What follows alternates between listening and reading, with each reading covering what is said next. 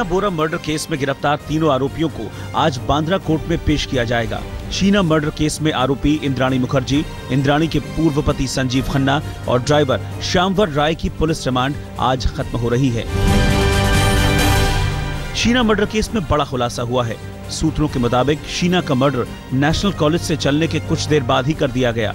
शव को वर्ली के पीटर के घर ले जाया गया और फिर शीना की लाश का मेकअप करने के बाद उसे गाड़ी में बैठाकर रायगढ़ ले जाया गया।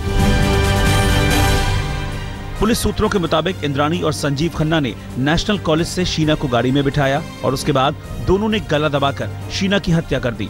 गुनाह में मदद करने और मुंह बंद रखने के लिए ड्राइवर को भी इंद्राणी ने भारी भरकम रकम दी। जिस कार में शीना की हत्या को अंजाम दिया गया, उस कार की जानकारी भी पुलिस को मिल गई है। सूत्रों के मुताबिक कार का नंबर MH01 MA2605 था। ये शेवरले ऑप्ट्रा कार उस वक्त AM मोटर्स की थी, जिसे बाद में 2 और लोगों को बेचा जा चुका है। पुलिस की जांच में सामने आया है कि शीना की हत्या के बाद इंद्राणी ने शीना के नाम से हॉटमेल पर एक ईमेल आईडी मई 2012 में बनवाई और इसी ईमेल आईडी से मिखाइल, विधि और पीटर को 2014 तक मेल भेजे जाते रहे, जिसमें कहा गया कि वो अमेरिका में है। शीना मर्डर केस में पुलिस की जांच में इस बात का भी खुलासा हुआ है कि शीना की तरफ से कोई ईमेल राहुल को नहीं भेजा गया। राहुल शीना का बॉयफ्रेंड था, जिसे इंद्राणी ने शीना के मोबाइल फोन से SMS भेजकर उससे कोई रिश्ता न रखने की बात कही। मुंबई पुलिस को रायगढ़ में मिले मानव अंगों की जांच में अहम सबूत मिले हैं। सूत्रों के मुताबिक चेहरे की हड्डियों का डिजिटल फेशियल सुपर इम्पोजिशन कराने पर पता चला है कि ये हड्डियां शीना की हैं। मुंबई का नायर अस्पताल पुष्टि कर चुका है कि हड्डियां किसी लड़की की हैं, जिसकी उम्र 22 से 25 साल है और जिसकी हत्या करीब 3 साल पहले हो चुकी है।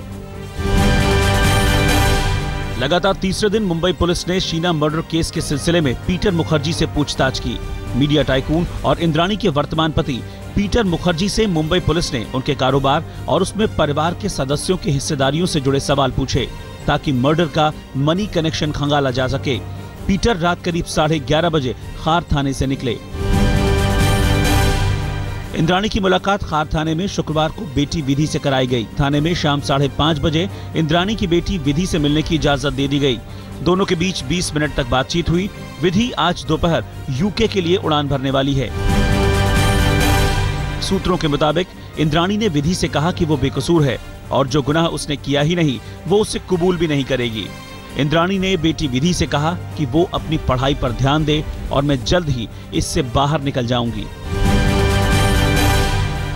बॉलीवुड के मशहूर म्यूजिक डायरेक्टर आदेश श्रीवास्तव ने शुक्रवार को मुंबई के कोकिलाबेन अस्पताल में दम तोड़ दिया। आदेश श्रीवास्तव को कैंसर के इलाज के लिए कोकिलाबेन अस्पताल में भर्ती कराया गया था। आदेश श्रीवास्तव की उम्र 51 साल थी। मुंबई के ओशिवारा क्रेमेटोरियम में आज आदेश श्रीवास्तव का अंतिम संस्कार किया जाएगा। आदेश श्रीवास्तव बॉलीवुड का जाना माना नाम थे। आदेश ने 100 से ज्यादा हिंदी फिल्मों के लिए म्यूजिक कंपोज किया, तो कई फिल्मों में बतौर प्लेबैक सिंगर भी काम किया। रहना है तेरे दिल में, कभी खुशी कभी गम, चलते चलते, बागबान और राजनीति जैसी फिल्मों में आदेश श्रीवास्तव की म्यूजिक की सबसे ज्यादा तारीफ हुई।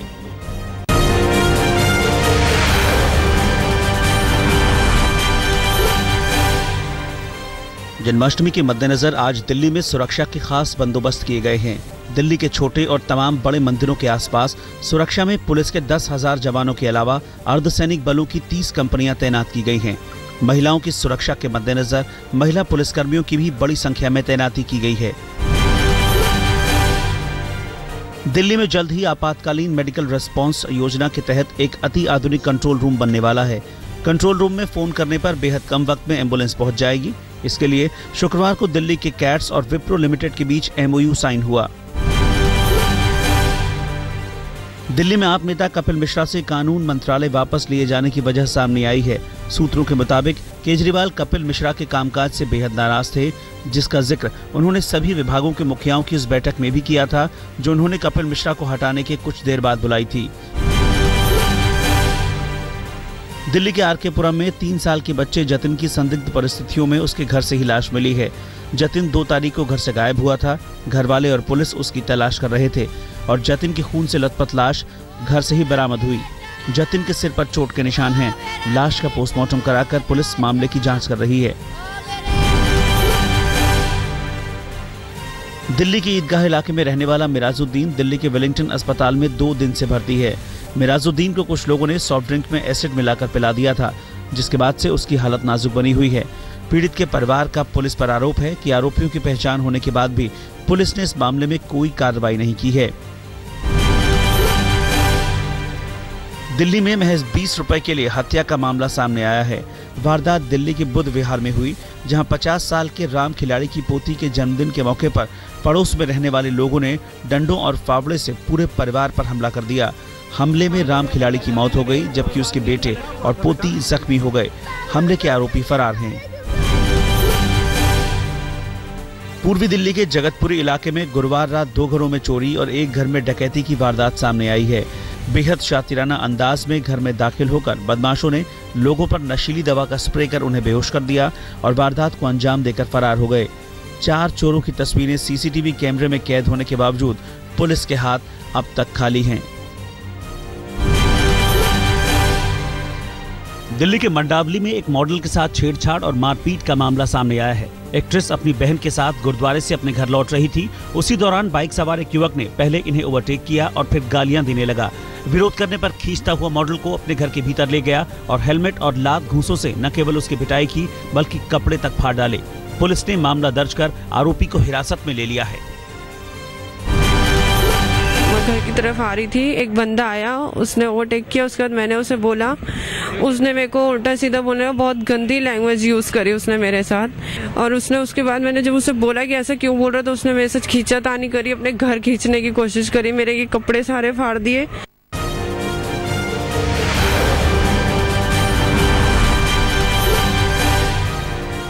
वन रैंक वन पेंशन पर आज पूर्व फौजियों को खुशखबरी मिल सकती है। सूत्रों की माने तो मोदी सरकार वन रैंक वन पेंशन का तोहफा आज ही पूर्व फौजियों को देने वाली है। इसके लिए पूरी तैयारी हो चुकी है और ज्यादातर पूर्व फौजी सरकार के प्रस्ताव पर सहमत भी हैं। सूत्रों की माने तो सरकार बिहार चुनाव के लिए आचार संहिता लागू होने से पहले ही फौजियों को दिया अपना वादा पूरा करना चाहती है। हालांकि वन रैंक वन पेंशन में पूर्व फौजियों को एक धड़ा हर साल पेंशन के रिव्यू की बात से पीछे हटने को तैयार नहीं है।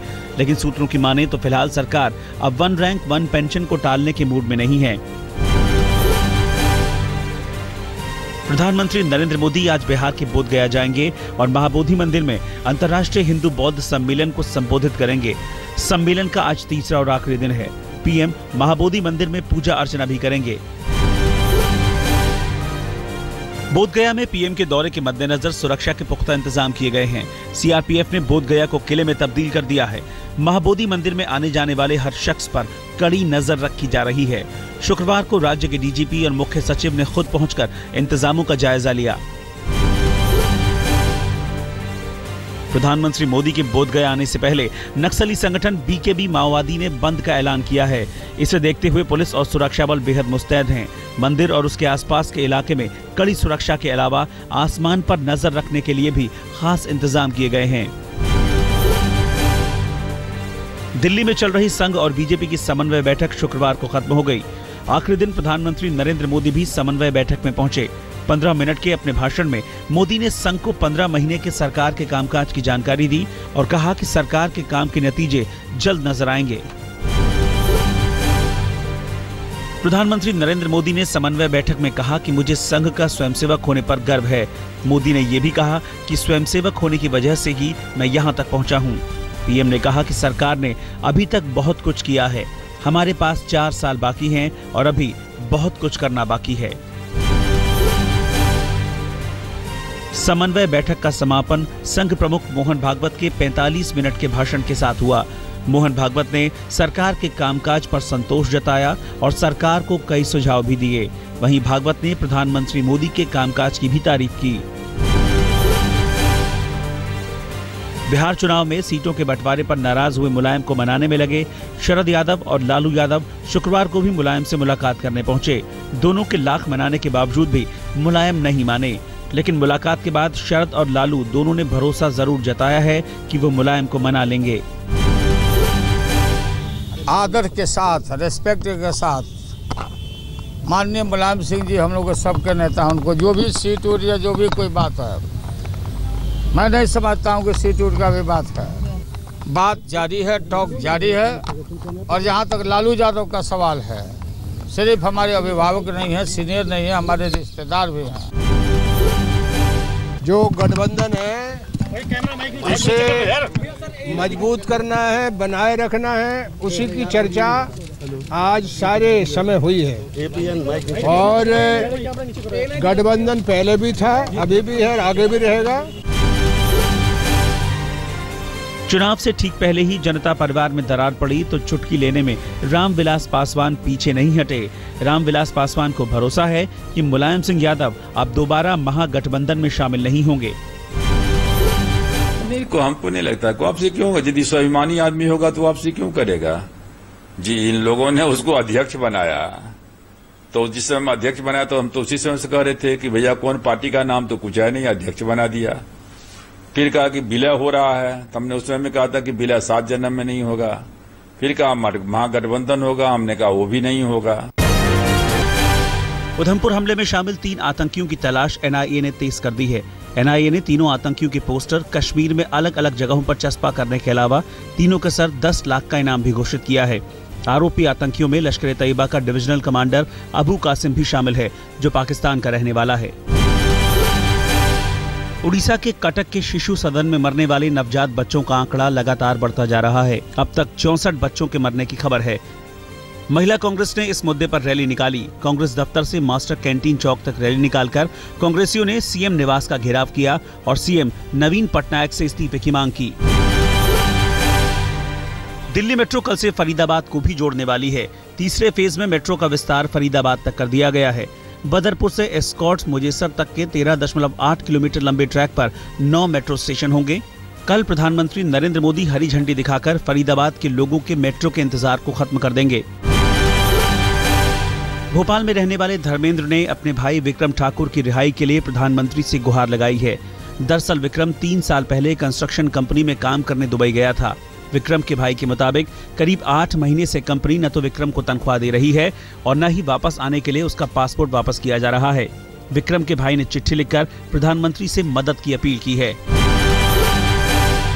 टीचर्स डे के मौके पर आज तक की टीम बिहार के नालंदा में सरकारी स्कूलों में पढ़ाई के हालात की पड़ताल करने पहुंची। आप जानकर हैरान रह जाएंगे कि प्राइमरी स्कूल के टीचर एप्पल की स्पेलिंग तक नहीं लिख पाए। जनवरी और फरवरी की स्पेलिंग लिखने में ही उनके पसीने छूट गए। ऐसे टीचर्स में स्कूल की प्रिंसिपल भी शामिल थी। इन टीचर्स की भर्ती टीईटी परीक्षा पास करने के बाद हुई थी। ध्यान देने वाली बात यह है कि नालंदा मुख्यमंत्री नीतीश कुमार का गृह जिला है। असम में बाढ़ के चलते हालात बेकाबू होते जा रहे हैं। लगातार हो रही बरसात की वजह से करीब 10 लाख लोग अलग अलग जगहों पर फंसे हुए हैं। सबसे खराब हालात डिब्रूगढ़, धेमाजी, तिनसुकिया और कांजीरंगा में हैं। शहर तालाबों में तब्दील हो गए हैं तो स्कूल, कॉलेज और सरकारी दफ्तर बंद हैं।